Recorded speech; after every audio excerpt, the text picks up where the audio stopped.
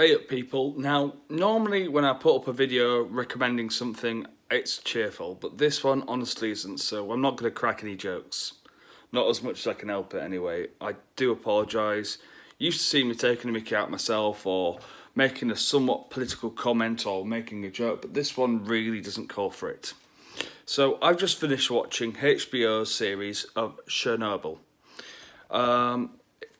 If you haven't guessed by the name, it's about the disaster that happened in 1986 in April and its wider effects and what happened.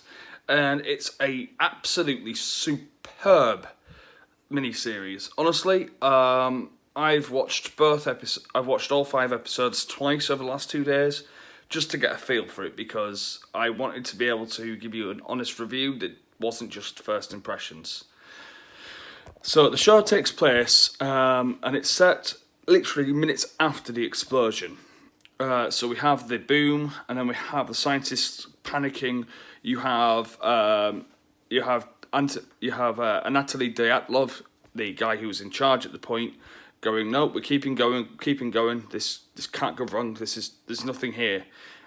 And already the rot sets in. The denial of what was going on already starts to have an effect.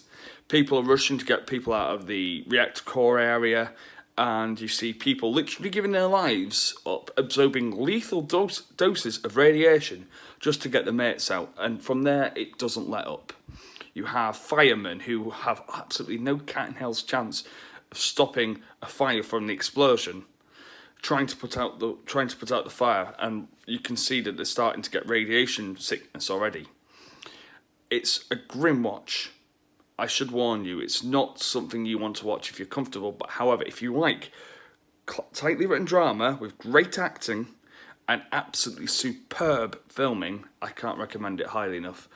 Couple of things. Jared Harris as real-life scientist Valery Legosev, I think his name is. I'm really sorry, I'm really bad at pronouncing stuff like this.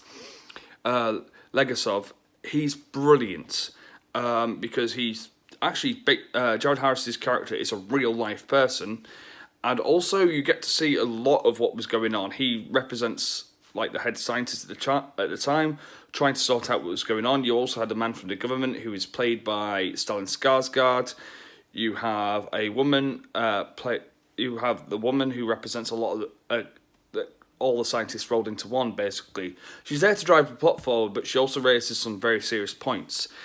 And it's over 5 episodes, so you get the explosion, the immediate reaction, the reaction from the Kremlin in Soviet Russia. You also get to see a lot of the side effects from what happened over the next 4 or 5 months. It is, genuinely speaking, one of the best dramas I have ever witnessed. And honestly, if you've got Now TV, if you haven't, if you've got PlayStation, if you've got Xbox, I'm not sure if Nintendo has a movie library or not, but my point is, make sure you get a copy of this, because honestly, I could not recommend it highly enough.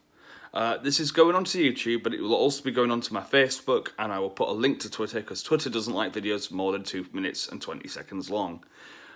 But honestly, if you've got a few hours, now we're all in lockdown, please go and watch it.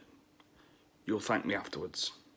Also, I should point out that if you really want to get a handle on the whole situation, this is probably the best entry point in there, and the science is explained accurately enough without it boring you or confusing you. And that is where it flies the highest, because what happened there was a very complicated string of events, and it's explained to you clearly. You could know pretty much nothing about nuclear power and understand it, and I think that's where it flies the best. So yeah, this is my Davey recommends in under 5 minutes, done. There'll be another one up in a couple of days. Alright, ta-ra for now, and take care.